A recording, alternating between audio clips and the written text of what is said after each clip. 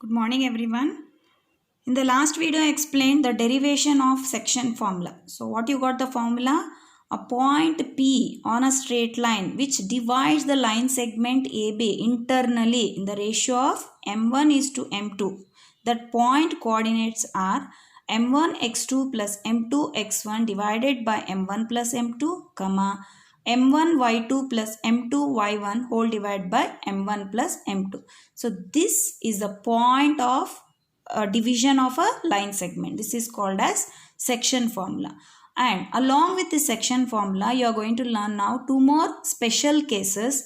And after explaining these cases, let me explain you why we use these three cases, when we use these three cases, in what situations. The first special case is, here if the ratio is m1 is to m2, then we get this formula. In place of ratio m1 m2, if the ratio in which P divides AB is k is to 1, means in place of m1 if you have k, in place of m2 if you have 1, then the formula changes. So what it becomes? P of x comma y equals to, you can observe here and here also. So in place of m1 you have k. So x2 remains as it is, plus in place of m2 you have here 1. So nothing to write here, and divided by m1 is k and plus m2 is 1. So we got, instead of m1 x2 plus m2 x1, you got k x2 plus x1. Instead of m1 plus m2 we get k plus 1. In the same way, replace here m1 by k and m2 by 1. So what we get? K y2 plus y1 whole divided by k plus 1. So another case of the section formula is k x2 plus x1 whole divided by k plus 1, comma k y2 plus y1 whole divided by k plus 1. So this is another case of section formula.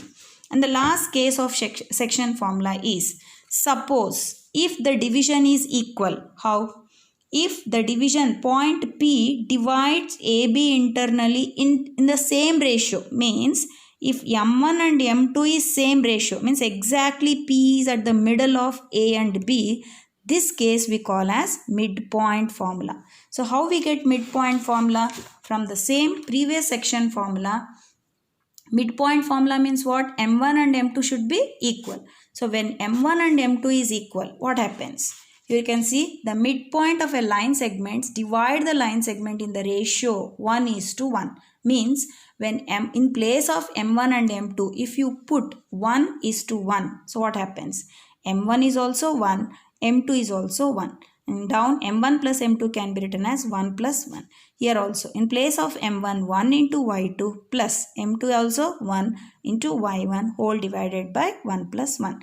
So after simplification you get the section formula, that is P of x comma y equal to x1 plus x2 whole divided by 2, comma y1 plus y2 whole divided by 2. So this special case of the section formula is also called as midpoint formula. What is meaning of midpoint? The point P, that is section, is done equally at equal, that is from A and from B, AP and BP will be equal. When the ratios are equal, then P will be exactly middle of A and B. That's what we call as P is the midpoint of AB, and this formula is used to find the coordinates of the midpoint, that is called as midpoint formula.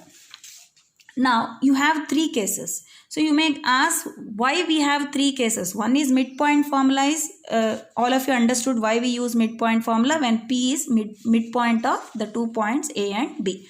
Then what about these two? You have this one formula and again you have k is to 1. Both you can use for finding a point or a ratio. But according to me, to make it simpler, that is conclusion or a simplification, so better this formula you use, that is x comma y, this formula, the original formula you have to use when you have to find the coordinates of P. That is, if you want to find the coordinates of P point, that is x comma y, use this original formula. Suppose all the points are given. So as I explained, the point A, x1, y1 is given, x2, y2 is given, and also xy is given. But he is asking the ratio. Think that he is asking ratio.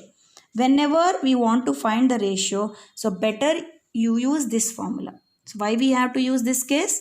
To find the ratio. To find the ratio, we have to use this formula. To find the point, we have to use the original formula. And to find the midpoint, we have to use the midpoint formula. So we got now 3 formulas, that is section formula. The first formula, remember children, the first formula we have to use when we want to find a point on a straight path, that is P, x comma y. And the second case we use to find the ratio. Suppose all the 3 points if you know and I don't know the ratio. To find the ratio, better we use this formula. And the third formula is called midpoint formula. We use this midpoint formula when P is the midpoint of the 2 points, that is A and B on a straight line. So I hope everyone understood the concept of section formula and why we use section formula and different cases of section formula. Thank you, children.